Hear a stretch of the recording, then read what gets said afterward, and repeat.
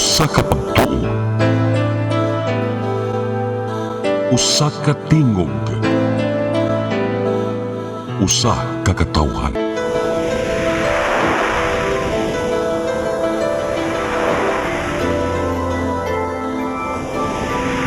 Cebu Catholic Television Network.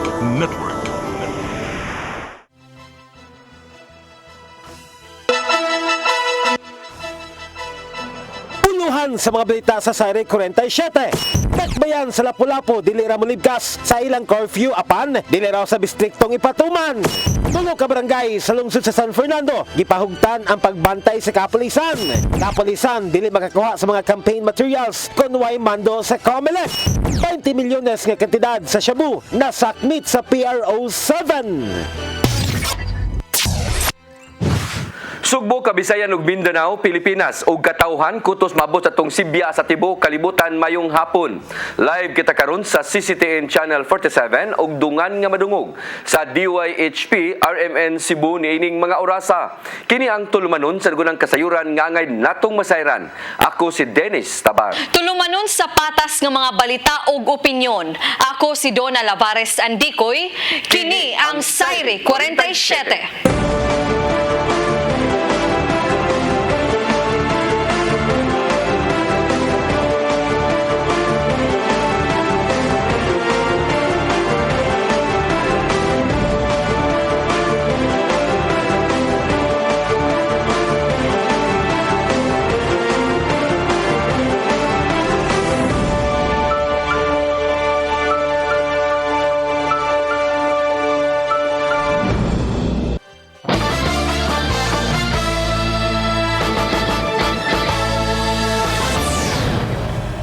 Karon sa kumpletong detalye sa atong mga balita, Cebu City nakabakuna og dulan 500 ka mga bata nga nag-edad og 5 ngadto sa 11 anyos atol sa unang adlaw sa ilang pagpamakuna. Ang kasayuran ihatod ni Desime Padilla. Gihangyo ni Dr. Jeffrey Ibones, officer in charge sa Cebu City Health Department ang maginikanan sa mga bata nga nag-edad og 5 to 11 years old nga dili mamili og vaccination sites. Si Dr. Ibones miingon nga kun asa to nga vaccination site naka-schedule nga magpabakuna kontra COVID-19 ang bata, didto moadto kini aron sab malikayan ang mga kakulian ilabi na nga ang bakuna nga gamiton sa pagpamakuna sa mga bata gibahin na sa duha ka vaccination sites. Naagi mga mama no nga in fact na ako ni dool karon nga kambilyan na siya nga mo to ako lang siyang giingnan nga sige kanang wait lang jud ka kay di ikiter ka na mo as walk in gyud no kay ang mahitabo manggod kung ang matiksan kag abilyana nga maari ka atong bakuna pod nga gi-allocate for this kuan problema sadta. Subi isang nga giklaro ni Dr. Ibones nga sa pagkakaroon dili sila modawat og walk-in. Maghuwat lang sa text message nga ipadala sa Cebu City Government kung kini nakaparegister na sa system sa Dakbayan. Aron sab nga malikayan nga magpunsisok ang mga bata. Nasayran sa unang adlaw sa vaccination sa 5 to 11 years old kagahapon, moabot sa 497 ka mga bata ang ilahang nabakunahan alang sa first dose. Una nang gibutyag ni Dr. Ibones nga naalang sa dulan 400 ang ilahang target nga bakunahan kontra COVID kagahapon. Apan gilauman nila nga musaka kini kay dili gyud kalikayan nga dunay mga mamasin ug gumikan kay dunay may mga pangpadaan og text message nga wala nito nga adtong adlaw. Giakomodar nila ang mga namasin ubo sa quick substitution list. Ayun atong gibuhat karon no atong gi-increase ang atong like sa Ayala instead of burag 250 burag atong gi-increase to 300 to 350 no nya natay mga quick substitution list. Hopefully no ang ato ang outcome mo saka gyud ang ato ang magpabakuna gyud. Sa pagkutlo ning maong balita niabot na sab sa kapin 8,000 ka mga bata ang nagpa-register sa system sa Cebu City Government. Ang Department of Health Central Visayas ni-allocate og 6,000 ka vaccine sa Cebu City alang sa vaccination sa 5 to 11 years old. Ug sigon ni Dr. Ibones, magpadayon ang ilang pagpamakuna hantod nga mahurot ang supply nga gihatag sa DOH 7. Desime Padilla, CCTN News. Samtang nang nakapabakuna na og kapin 1,100 ka mga bata nga nag-edad og 5 ngadto sa 11 anyos ang kagamhanan sa Dakbayan sa Lapu-Lapu sukad niadtong adlaw nga Lunes. Kini mao'y gitug-an ni Attorney James Hyson, ang vaccination czar sa Dakbayan sa Lapu-Lapu. Kahinumduman nga ang Dakbayan una nang nakadawat og 3,000 ka mga doses sa Pfizer nga bakuna alang sa maong age group, alang sab sa first ug second dose niini. Gitugan sab ni Saison nga wa ray nakasinati og epekto sa mga nagpabakuna nga mga bata. Dako hinung hagit sa Dakbayan mao ang pagkahadlok sa mga bata dihang sila gibakunahan na. Ang bata lang yun, no? Ang di man nimo yun mawa ang fear sa bata. No? Manami number one na to ang challenge. As to the venue, man tayo problema, innovations, okay ra po. No? Ang kana lang yung fear sa bata, which is quite challenge also. And number two, di ay medyo malangay tagamay sa screening because very thorough ang screening sa 5 to 11. Samtang unang tulo ka adlaw sa pagbakuna batok sa COVID-19 ngadto sa mga bata sa Metro Cebu nagmalampuson. Samtang nakita sa opisyal sa Departamento sa Panglawas nga epektibo ang ilang reward system approach nga gihimo. Ang kasayuran ihatod ni Gian Navarro. Gihulagway ni DOH-7 Chief Pathologist Dr. Mary Jean Loreche nga nagmalampuso ng unang tulo ka adlaw sa vaccination rollout ngadto sa mga bata sa Sugbo ingon man sa rehiyon.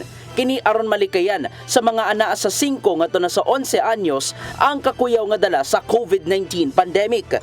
Sumapa sa ilang datos niadtong Pebrero 15, ana sa 2,442 ka mga bata ang nataga na og first dose sa ilang Pfizer vaccine lokop Metro Cebu. Gikan kini sa kapin 121,000 ka mga bata nga ana sa master list gikan sa managlahing LGUs. Sa nimong pagsubay sa mga vaccination sites sa Metro Cebu, nakita nila ang kamaya sa mga bata nga gusto nang magpabakuna.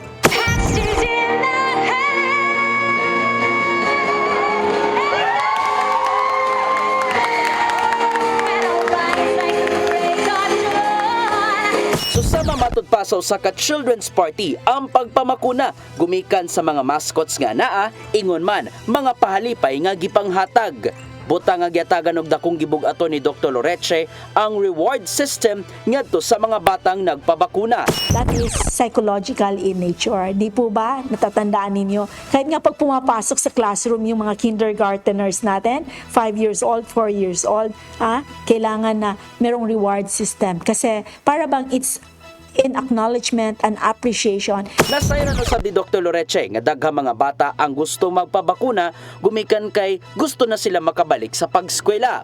Butang nga gipanghinaot nini nga magmalampuson paghihapon ang nagpadayong vaccination rollout ngadto sa mga bata.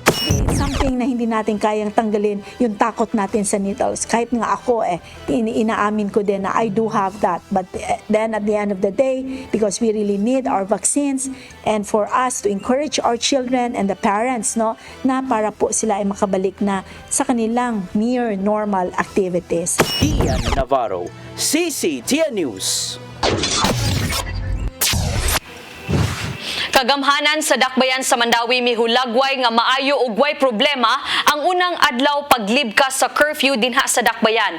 Apan gipatuman gihapon sa Dakbayan ang curfew alang sa mga minor de edad. Kini gawas lang kung aduna sila'y kuyog nga guardian. Ang kasayuran ihatod ni Mary Rose Sagarino. Maayo ra ang unang adlaw sa paglibkas sa curfew sa syudad sa Mandawi. Sigon ni Mayor Jonas Cortez nga gihangop sa business community ang paglibkas sa curfew. Curfew para nako so far maayo man no. In fact, it was welcome sa business sector. Usa sa atong gitimbang-timbang, yes, we do agree nga we have to protect lives, but nakita nato for 2 years nagsakripisyo ang mga kaigsunan nato. This is a worldwide itabo nga apektado tanan, way usa. Kaganinang kadlawon ang Mandawi City Public Information Office ni roving sa nagkadaiyang lugar sa Dakbayan. Sigon ni Attorney John Edo Ibanez nga wala ra sila nakit-an nga mga minor de edad nga nagsuroy-suroy. Gipahamtang gihapon sa Dakbayan ang curfew sa mga minor de edad, gawas kung adunay kuyog nga guardian. Si Police Lieutenant Colonel Rodolph Oriol tigpamaba sa Mandawi City Police Office nagkanayon nga wala ra sila natala nga violators, wala ra usab sila natala nga mga dagkong krimen.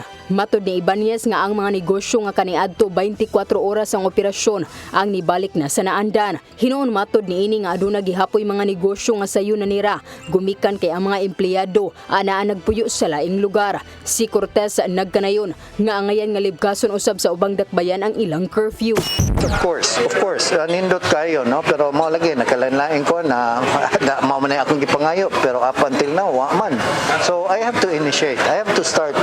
Someone has to start it, no, along the way nga dili ni mahimo nga kuan kay tanawa ra gud naa man ni epekto og ikaw taga Cebu ka nag-curfew ngadto, so empleyado ka maningwa ka mo uli kag sayo. So we need to have a kuan. Pero ako ning tan-awon so far maayo ang acceptance sa business community, no, nalipay sila nga atong gikuan ang gilift ang kuan naamang gihapoy restriction sila binas mga bata. Sa isla sa Sugbo, ang dakbayan pa ang nilibgas sa curfew. Dugang sa mayor nga iya usab awhagon ang tanang establishmento nga magbutang og health protocol officer nga mobantay ug mopatuman sa health protocols. Mary Rosa Garino, CCTN News. Kagamanan sa Dakbayan sa Lapu-Lapu, dili ra molibka sa pagpatuman sa curfew. Hinoon suma ni Mayor Junard Ahong Chan nga dili ra usab istriktohon sa syudad ang pagpatuman niini. Ang kasayuran ihatod ni Patch Anthony Inso.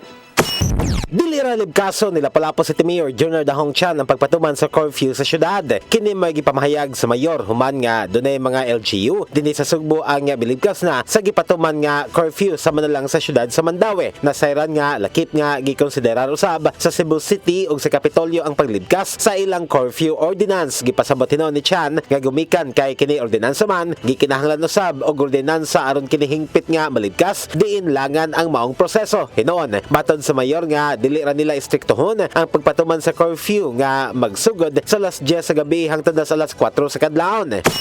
Why tumong ang iyang pagsuroy just to naglaag lang manay atong ibalya. Pero ang customer sila manang ang ato sa diyang napita may nga customer sila yalaw lang sa nato. Kadto sab nga mga establishmento nga buot ma-operate atol sa curfew hours, matod ni Chan ang mahimurang mulukat og permit aron sila katugutan nini. Nang hatag ka og special permit mine to those who are wants to extend their businesses beyond the curfew. So, yalaw na nako. Apan pahimangno ni Chan nga kinahanglan nga essential gihapon ang tumong sa mga tao sa ilang pagawas atol sa curfew hours aron malikayan nga sila masita o makabayad og multa. Patch Anthony Inso, CCTN News. Samtang curfew dinhi sa Dakbayan sa Sugbo padayon nga ipatuman sa kapulisan samtang wa pa mo pagawas og laing executive order si Cebu City Mayor Michael Rama. Samtang ubang lagda sab sa kagamhanan dinhi sa Dakbayan di na strikto nga ipatuman. Ang kasayuran ihatod ni Arnold Bustamante. Gitingwa karon sa nasudnong kagamhanan nga paubos na sa level 1 ang alert status sa nasud kini human nabantayan ang pagtibugsok na sa kaso sa COVID-19 sa nanglabay nga mga adlaw. Daghanon nga aga mga lagda sa Interagency Task Force ang dili na ipatuman ug mamahimong luag naon nga aga mga restriction sa matag lugar sa nasud nga kaniadto taas ang kaso sa virus. Apan dinhi sa sudad sa Sugbo nga naa sa level 2 sa bag-o nga kamanduan sa IATF mo pa rin paghihapon sa pagpatuman sa mga lagda ni Cebu City Mayor Michael Rama. Ang kapulisan samtang wala pa gipagawas nga bag-o nga executive order.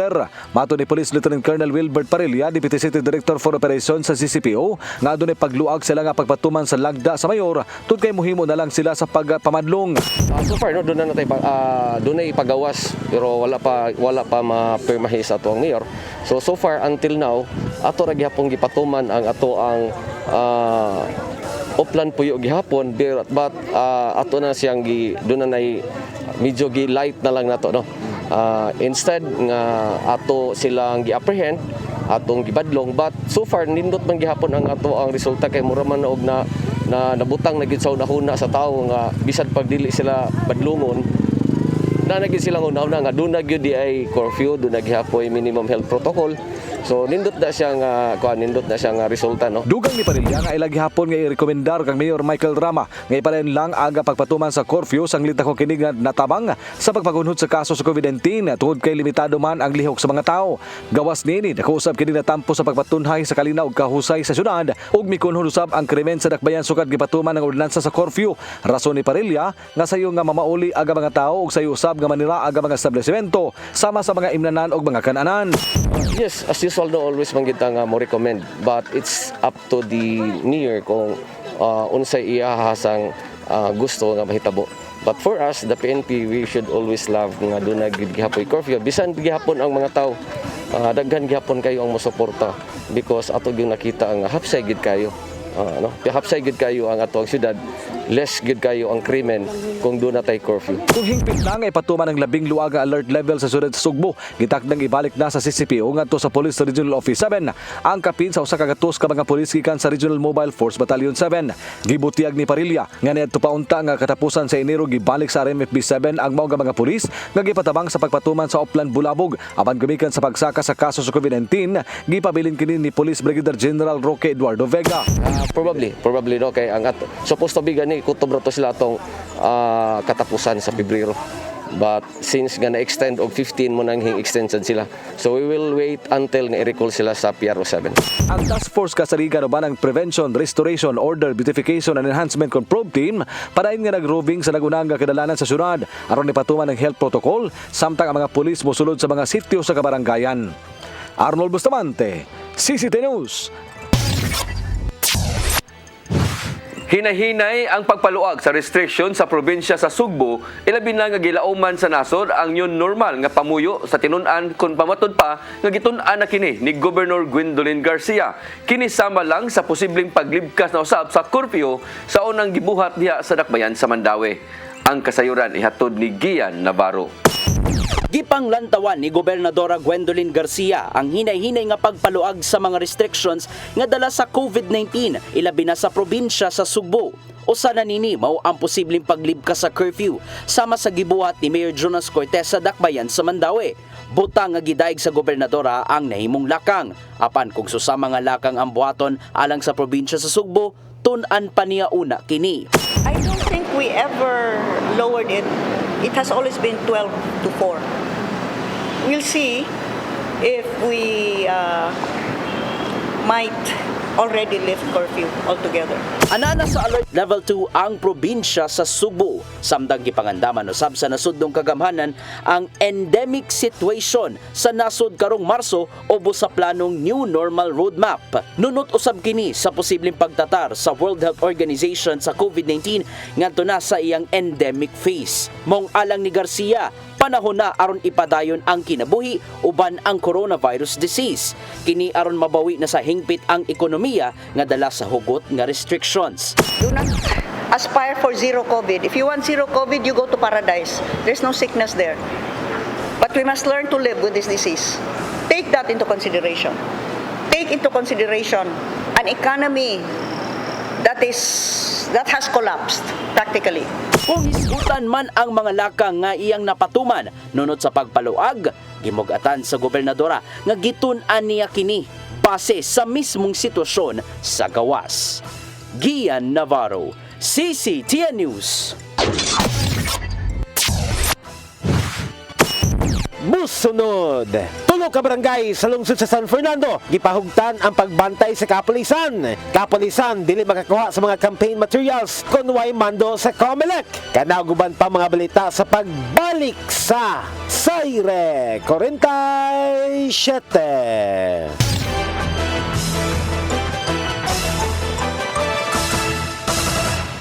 Ako si Mr. Rudy Romares, electrical subcontractor ng maong building. Ani adto nga wala pa ko mogamit og ko'y sakit akong tuhod, iglakaw na ko, akong mga lutaha, no? Labi na gikan ta sa overtime. Di sa ko ganahan mukaon, nindot na ang resulta kay karon moagi ta sa rampa diha, no? Maglakaw ra jud ko. Mga batan-on nga mauwahin akong lakaw kay kusog na ko mulakaw tungod sa paggamit nako sa koy. So ay mo gamit sa koy kay nindot kay resulta. Daghang kay salamat sa koy herbal capsule. Barato na, epektibo pa. Koy Herbal Capsule. Discover the beauty of the Philippines.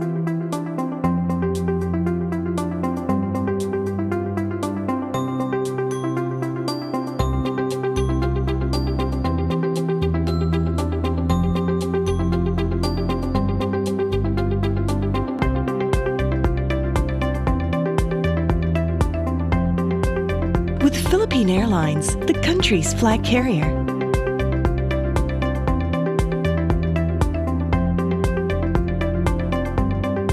The airline that lets you feel the warmth of the nation.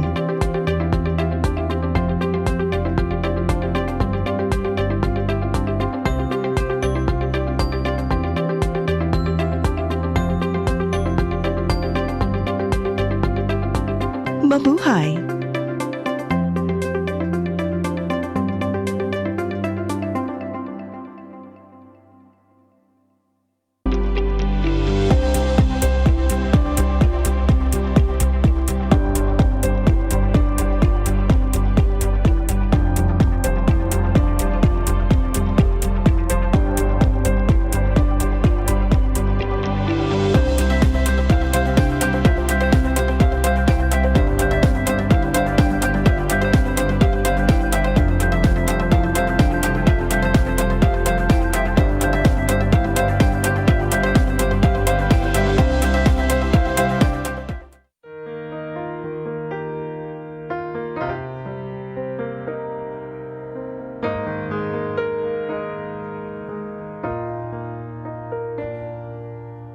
Heal me, O Lord, and I will be healed. Save me, and I will be saved. Heal me, O Lord, and I will be healed. For you are the one I praise. You are the one I praise. Marami sa ating mga kasama, mga kakilala at mga kaibigan ang hindi pa rin lubos na makapaniwala sa ating gagawing paglahok sa darating na eleksyon. Patuloy ang mga tanungan kung totoo talaga. Ang nakatutuwa, wala namang tumututol. Nais lang na matiyak na ito ay isang laban na walang atrasan. Handang lumuhok ang marami. Pinuhay ang pag-asa. May pagpipilian na. Sa wakas, ang bawat isa sa ating hanay ay may pagkakataong ipamalas ang kabayanihan, tunay na paglilingkod at walang kupas na pagmamahal sa Diyos at bayan. Batay na rin sa tamang pag-unawa, alam natin na ang takbo ng pamumulitika dito sa atin ay dapat nang baguhin. Ibalik natin ang mga tamang batayan ng paglilingkod at paghawak sa pamahalaan. Karapatan ng ating sambayanan na pamunuan ito ng mga lider politika na may tunay na kaalaman, kakayahan at loobin na harapin ng walang alinlangan ang bawat salot sa ating lipunan. Bawiin natin ang bukas. Ibalik natin sa mamamayan ang liwanag sa ating kinabukasan. Ito ang laban natin.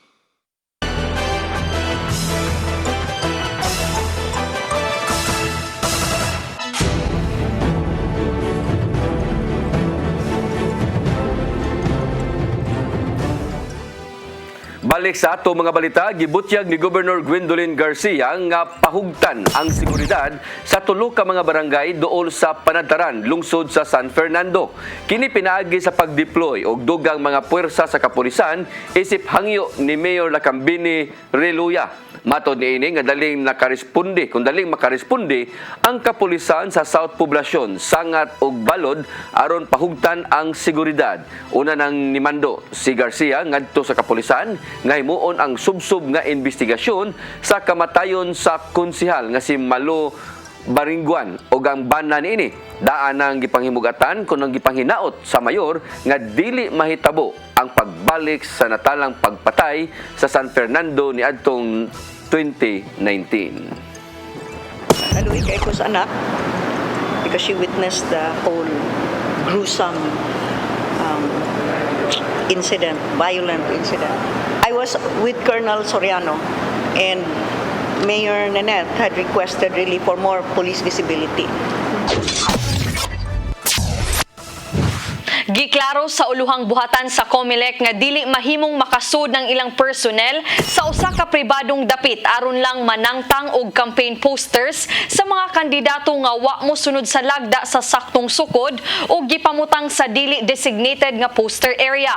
Alang sa COMELEC kinahanglan gihapon nga irespeto ang tag-iya sa usa ka pribadong dapit. Gani base sa COMELEC Resolution number 10730 hatagan og warning o notisiya ang pribadong dapit di nakabutang ang campaign poster nga illegal nga gibutang kundi tangtangon sa higayon nga gipadada na og suwat musangput na kini sa legal nga proseso. Niani og reklamo ang COMELEC human gipanangtang sa ahensya ang mga tarpaulin sa Robredo Pangilinan Volunteers dinha sa Quezon City. Ang maong pagpanangtang nakuhaan pa og video og gihulagway nga usa na ka trespassing. Samtang subay sa maong balita, kapulisan sa Dakbayan sa Sugbo dili mopataka og hipo sa mga campaign materials sa mga kandidato nga gipangbitay o gipangpilit sa mga dapit kun way kamanduan gikan sa Commission on Elections. Ang kasayuran ihatod ni Arnold Bustamante. Sugod na ang Komisyon ng Eleksyon kung COMELEC silang oplan bakla sa mga campaign material sa mga kandidato nga gibutang sa illegal nga dapit nga nakalapas na sa balaod. Usang kapulisan ang gitahasan sa COMELEC nga mutangtang niini apan ang Cebu City Police Office silang bahin magpaabot pa sila sa kamanduan sa mga ahensya. Mato ni Police Lieutenant Colonel Maria Teresa Magatangay, Information Officer sa CCPO, nga tataw sa nalatid sa balaod nga kung panahon sa eleksyon ang COMELEC ang adunay katungod nga mumando kanila una sila mohimog aksyon. In everything we do, it has to be with the permission and guidance and directive from the COMELEC. We are made aware of that today is the start of the Oplan Baklas. However, everything will be done in a coordinated manner. So, with that said, we will just await. Dili usab sila basta-basta nga bulusad sa Oplan Baklas kung dili nila kauban ang opisyal sa COMELEC o baka representante sa mga ahensya. Sanglit sila man ang muila sa campaign materials kung kini nakalapas ba sa balaod. Adun ilusad nga joint security meeting sa mga opisyal sa COMELEC sa siyudad sa Sugbo uban sa kapulisan dinusa sa ilang hiskutan ang Oplan Baklas. We cannot by ourselves right there and then on our volition just remove certain tarpaulins of the candidates or any political party. It has to be with the blessing and order directive from the COMELEC. So, in the event that the police will be going around to conduct the Oplan Baklas, COMELEC will also be there or any of the representatives. Nabantayan hinuon sa kapulisan nga dili pa kayo daghan ang mga tarpaulin nga gipangsabit sa mga publikong dapit sanglit na ra kini sa mga pribadong lugar sama sa kabalayan nga adunay pagtugot sa tag-iya niini. Arnold Bustamante, CCTV News. Sa laing balita na sinati karon ang pagkadilatar o pagkalangay sa paghatod og serbisyo sa pantalan dinha sa Bureau of Customs. Kinihuman daghan sa mga empleyado sa buhatan ang ni-absent sa kahadlok nga sila ang sunod nga pamatyon. Sukad sa niaging Disyembre, upat na ka mga kaso sa pagpamusil ang natala sa BOC nga naglambigit sa ilang mga empleyado dinhi sa Sugbo. Matud sa grupo sa mga broker nga kini maoy hinungdan nga wa malihok ang ilang mga papeles nga niresulta na hinuon sa pagkatanggong sa daghang mga kargamento dinha sa pantalan. Sa pagkakaroon gipaabot pa nga mopatawag og press conference ang BOC labot sa insidente nga nahitabo dinha sud sa ilang buhatan. Ang uluhang buhatan usab ni Mando nga ipatuma na ang no overtime policy sa tanang opisina sa Bureau of Customs kini aron makauli og sayo ang ilang mga empleyado.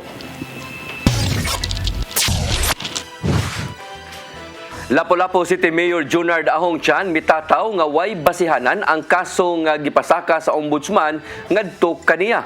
Ang kasayuran ihatod ni Gian kon Patch Anthony Inso.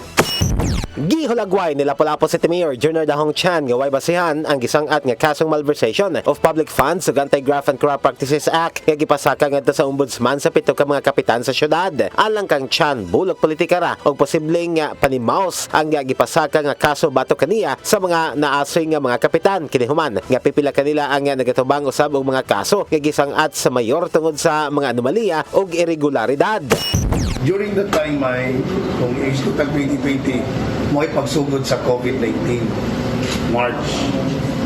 On that 2020, there is a mandate from the DILG na nag-lockdown tamay, tagaan po mga pagkaon ang mga nanginahanglan, labi na ang katong mga biktima nga naigor sa COVID-19. So with that, tungod kay lockdown, limitado ra ang mga tao nga makagawas. So, naay urgency, naay dinalian, bisag kinsa as long na nagpalo ni sunod ka sa proseso, i-allow ra gid siya sa DILG. Alang kang Chan wala usay basihan ang mga kaso nga gisangat sa mga kapitan tungod kay wa man sila makadawat og notice of suspension o notice of disallowance gikan sa Commission on Audit Concoa sa mga transaksyon nga gisgutan sa kaso. Ang sumbong may labot kini sa transaksyon sa syudad ngadto sa Heritage Muebles Mirabel Incorporated o sa furniture export company human kini nakadaog sa bidding sa pagsupply o mga non-food ug food items sa tuig 2020 ug 2021 nga mikabat sa kapin sa 47 milyones ka pesos. Pangangkon sa mga kapitan sa likwaot ang mga transaksyon tungod kay nalambigit man sa furniture business ang midaog nga bidder og dili sa food catering nga negosyo. Apan pasabot ni Chan nga datong tuig 2020 gipatuman ang lockdown tungod sa pagtumaw sa COVID-19 nga virus. Hinungdan nga nihimo silang emergency purchases sa mga pagkaon ug relief items alang sa mga napektuhan sa pandemya. Kini pito nga imong ginganlan may nga naa dito nga nakita nako. These are barangay captains nga dunay mga violation diri sa syudad sa Lapu-Lapu. May mga violation. Siguro at ibaw may panimaos nila ni mayor nga tungod naka-violate sila. So muna usa na ang katong public cemetery na to nga gi-operate sa barangay nga dugay nang gisiradan.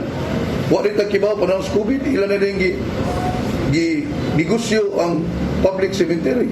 Ito sa kasamtangan sa Manny Chan nga nagpaabot pa siya sa kopya sa reklamo gikan sa ombudsman una sila mapagawas og komprehensibo nga tubag sa reklamo sa pito ka mga kapitan. Nasayran nga ni adtong Pebrero 9 gisangat ang mga reklamo diin gawas kang Chan giapil usab sa sumbong ang mga sakop sa Bids and Awards Committee kunbak, pipila ka mga department heads ug ang mga tagiya sa naasoy nga furniture company.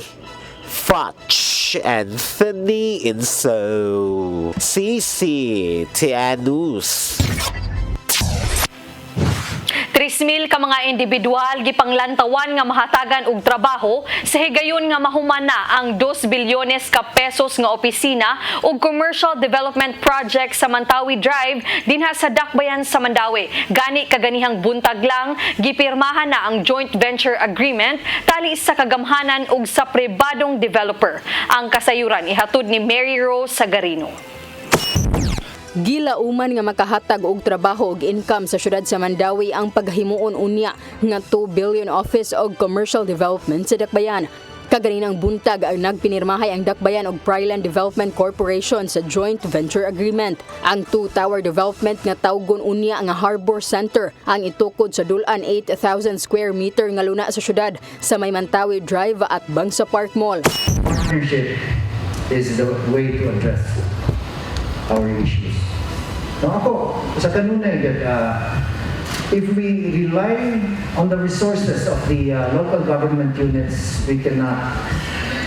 And with our partnership, no, sa business sector, nakalangang business sector, we can move mountains. Dako kay mahimo. And I do agree with what Carlos said that to acquire the property alone, that will entail a huge amount of money. So instead, for them buying the real property, Well, with this joint venture, they can easily spend the money for the building and other purposes, site development. So, mauna nga ako para nako, and that would be advantageous to the part of the city because we are not selling properties. No, this can generate income for the city. At the same time, it will generate employment for the Mandawihanos. Sigo ni Ramon Carlo Yap, presidente sa Priland Development Corporation, nga naa sa 3,000 ka mga individual ang mahatagan unya og trabaho kung matapos na ang proyekto.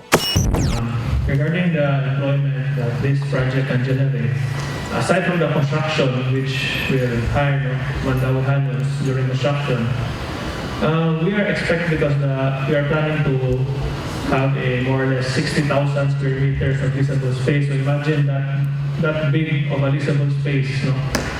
So we're looking at estimate lang nila 3,000 employees to work in that building, the two buildings. So can you just imagine 3,000 workers for Mandawi compared to the empty lot na maybe na mga container yard na ma-generate na workers gamay ra, no? Ang Harbor Center motanyag og mid to high-end nga mga office space isip regional headquarters sa mga commercial brands, business process outsourcing companies ug uban pa. Tinguhang masugdan ang proyekto sa wahing bahin sa tuig 2023 ug matapos sud sa 6 ka tuig. Mary Rose Sagarino, CCTN News. Musunod, 20 milyones nga kantidad sa shabu nasakmit sa PRO7. Kanaguban pa mga balita sa pagbalik sa Saire 47.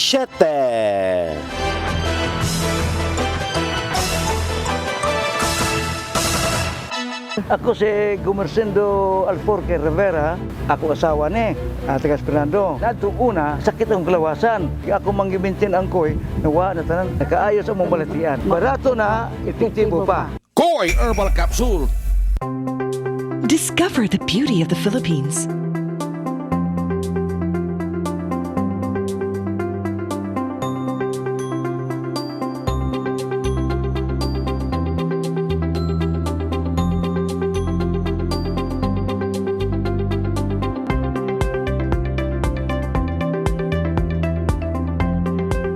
With Philippine Airlines, the country's flag carrier.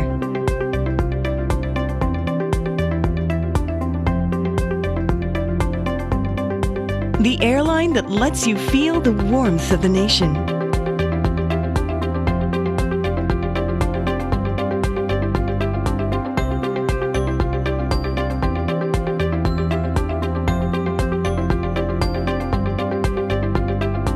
Mabuhay!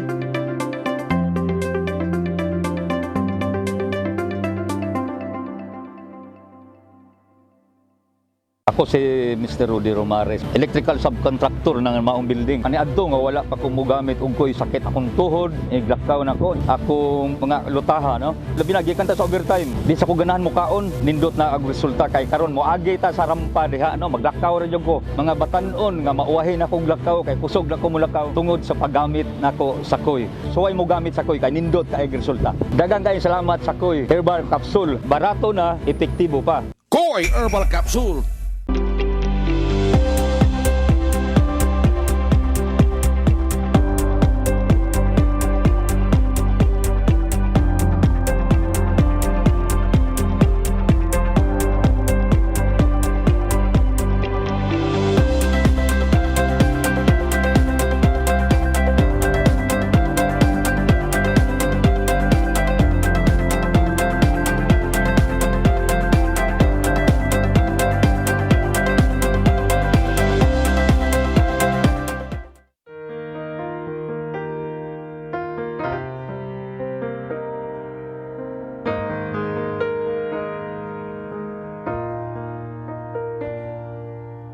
Heal me, O Lord, and I will be healed. Save me, and I will be saved.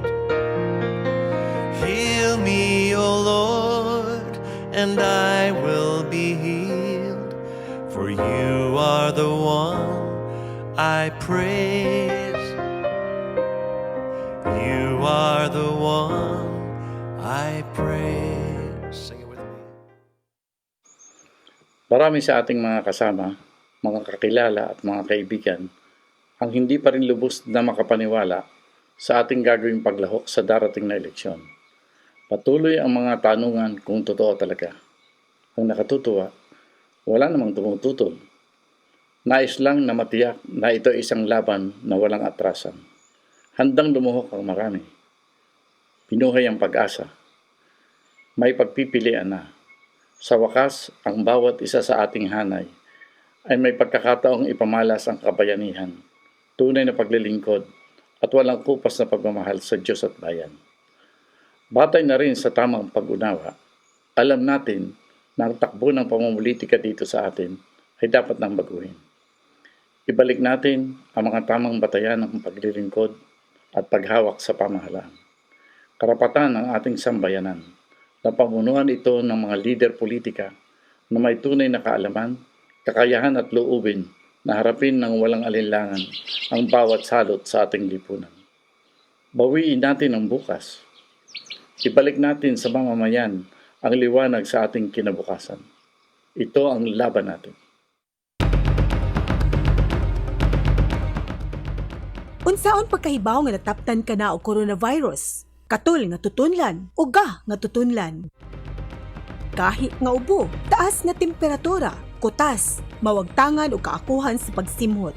Ayaw itago kining maong informasyon alang lamang sa imong kaugalingon. Ipaambit kini sa imong pamilya o mga higala ang pagpakigbatok sa COVID-19. Hatod kaninyo ning istasyon.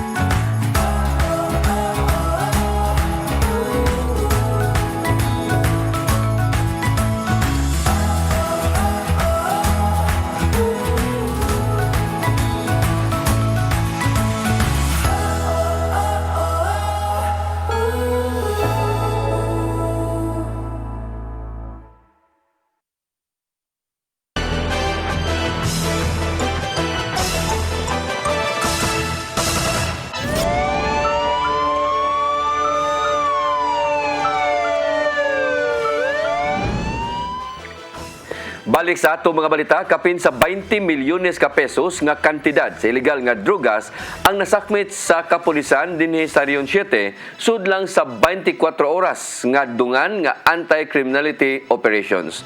Ang kasayuran ihatod ni Arnold Bustamante. Moabot kadto sa kapin na 21.5 milyones ka pesos nga balor sa illegal nga drugas ang nasakmit sa kapulisan atol sa usa ka adlaw nga dungan nga anti-criminality and law enforcement operation sa tibok Central Visayas netong Pebrero 12. Ang Mandawi City Police Office mao nanguna nga adunay labing daghan nga nasakmit sa gituoang nga shabu nga moabot sa kapin 2 ka kilo nga kantidad sa kapin 13 milyones ka pesos. Nakalusad ang kapulisan sa Central Visayas og 140 ka anti-drug operations nga resulta sa pagkasikop sa 874 ka mga drug personalities ug bisakbit usab sa 1,182 ka mga loose firearms ug nakadakop usab sila 343 ka mga tao sa 141 ka anti-illegal gambling operations. Nakasikop usab sila 20 ka mga most wanted persons ug laing 161 ka mga nadakpan pinasikat sa warrant of arrest kag giisyu sa korte. Sa siyudad sa Sugbo 12 ka mga high value individual ang ilang nadakpan ug 27 ang mga bagong nailhan nga nalambigit sa legal nga kalihukan dindulan sa usa ka kilo nga gituang shabu ang ilang nasakmit. Mato ni Police Lieutenant Colonel Maria Teresa Makatangay, Information Officer sa Cebu City Police Office, nga ilang nabantayan nga mga bagong pangalan ang ilang nangadakpan ug pipilan na lang kadto nga mga nagbalik-balik na sa illegal nga kalihukan. Naatay mga nabantayan gyud in our conduct of Sacleo and in our daily anti-criminality operations. Naagid tay mga bag-o kasagaran nga mga nagbaligya ug ani nga illegal drugs. Giangko ni Makatangay nga kasagaran sa supply sa illegal nga drugas nga gibarigya sa mga silingang syudad gikan sa dakbayan sa Sugbo tungod kay subsub na ang kampanya sa kapulisan batok sa illegal nga drugas. Usab sa nang nasugatang problema ang kaway kooperasyon sa mga residente nga bisan na sayod na sila sa illegal nga negosyo sa nga silingan dili kini mohatag og impormasyon. This is the reason why we have really to strengthen our monitoring, our intelligence, our the information coming from the community is very much valuable so that we can detect, deter, and ultimately arrest those who are involved in this type of crime, peddling illegal drugs. Iulag mahino na Makatangay nga dili na kaayo daghan ang mga drug personalities sa siyudad sa Sugbo itandi sa nanglabay nga mga katuigan nga bago pa milingkod sa katungdanan si Presidente Rodrigo Duterte. Arnold Bustamante, CCT News. Niabot na sa 3,291 ka mga traffic violator ang natala sa Cebu City Transportation Office kun CCTO. Kini base sa ilang records gikan sa Pebrero 1 hangtod sa petsa 15 ning tuiga. Sa maong record naka-impound sab kini og moabot sa 227 ka mga motorsiklo, 17 ka sakyanan, 10 ka e-bike, 12 ka tricycle, 2 ka truck ug 10 ka trisikad ug 3 ka trailer. Kini wa pay labot na sa naklamp nga 228 ka mga sakyanan. Sagad sab sa mga violator, way lisensya o expired ang rehistro. Tungod niini gipahinumduman ni Paul Gotyong ang tigpamaba sa CCTO ang mga nanag-iya og sakyanan nga motuman lang gyud sa mga lagda sa trapiko ug magmatngon aron malikayan ang disgrasya.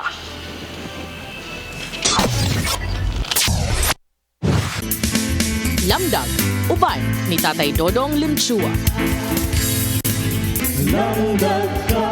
Kung makita nato na mauswagon ang mga datang, batiyo nato ang kasinan. Usa ka kinaiya nga dili mayong pasanggat. Kay nasayod man gyud kita kung unsay padulngan sa kinabuhi sa mga dautan. Busa dili sila angay kasinahan, hinon angay kaluyan. Kung gusto kang makalingkawas ining maong kinaiya, kinanglan nga palawman mo ang imong relasyon sa Ginoo.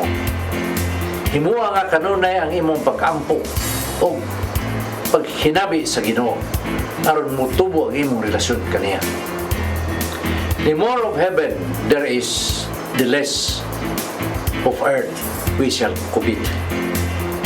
Kini nagpasabot ka, mawala na ang mga kalibutanong tingwa sa tao na nagtingwa sa langit.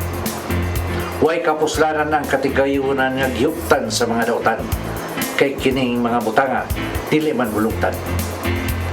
Ang mulahaw tayra din sa kalibutan mong imong relasyon sa Ginoo, kay dili kini makuha sa bisan kinsa. May so, mo kining atong lamdag karong adlaw.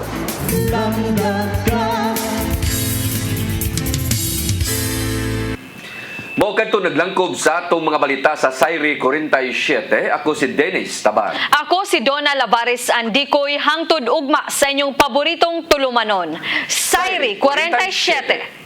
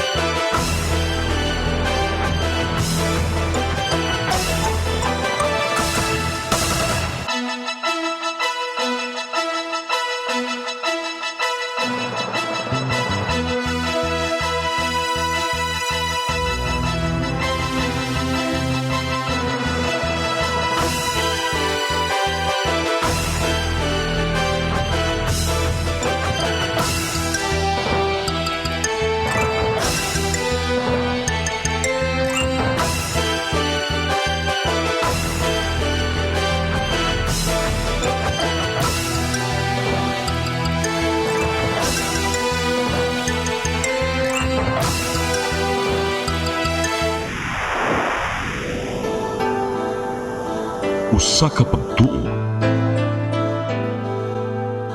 usa ka tingog.